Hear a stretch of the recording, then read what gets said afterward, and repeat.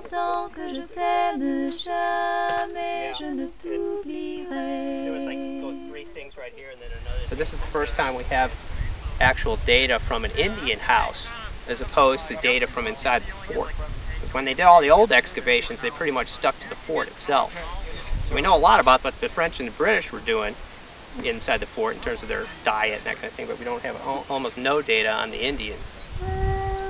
We came out in 2009 with a magnetometer. It's an instrument that detects magnetic anomalies beneath the soil. So when people do stuff, they dig holes, they build a house, they burn something, they deposit trash in a pit, it alters the magnetic properties of the soil. We could see the fort in that magnetometry map, but we also saw circular anomalies. Now we know that there was Kickapoo villages and Mascoutin Indian villages surrounding the fort on this side of the river. So we figured that these were probably Kickapoo houses or structures of some kind. That's kind of what we're doing over here, is we're investigating one of those to see if it is in fact a house. And if it is, how is it constructed? How big was it? What sort of artifacts might we find inside of the structure that might tell us about daily life at that time period?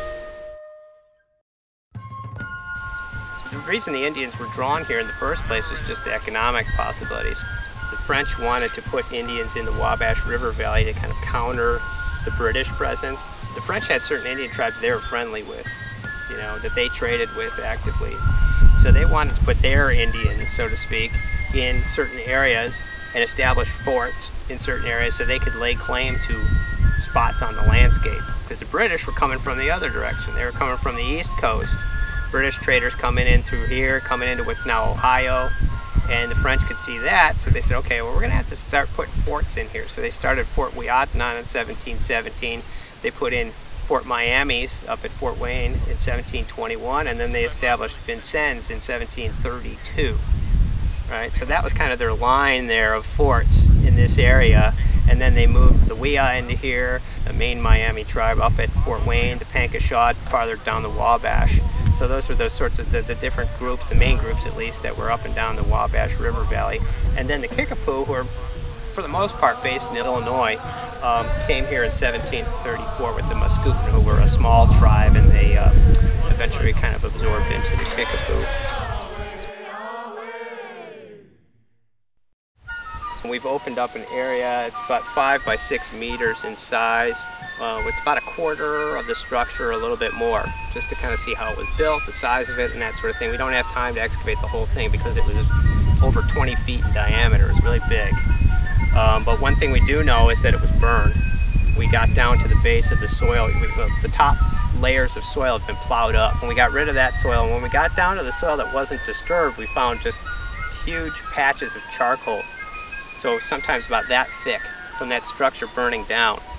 We found some beads, musket balls, we found a gun flint, found a piece of a mirror, we found bottle glass, nails, a number of different things, the sort of things that you'd expect from this time period.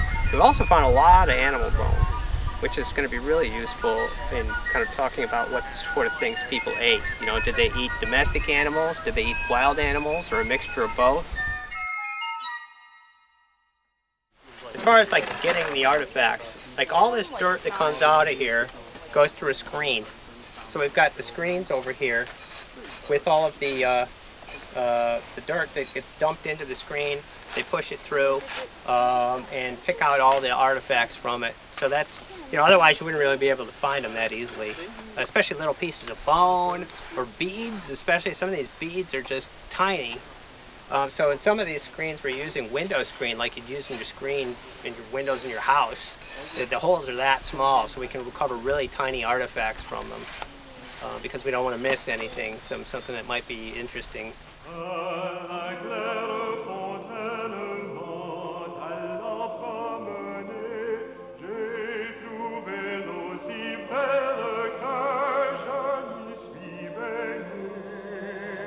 The thing about archaeology, too, to kind of point out, is that you can only get one chance to dig it up right.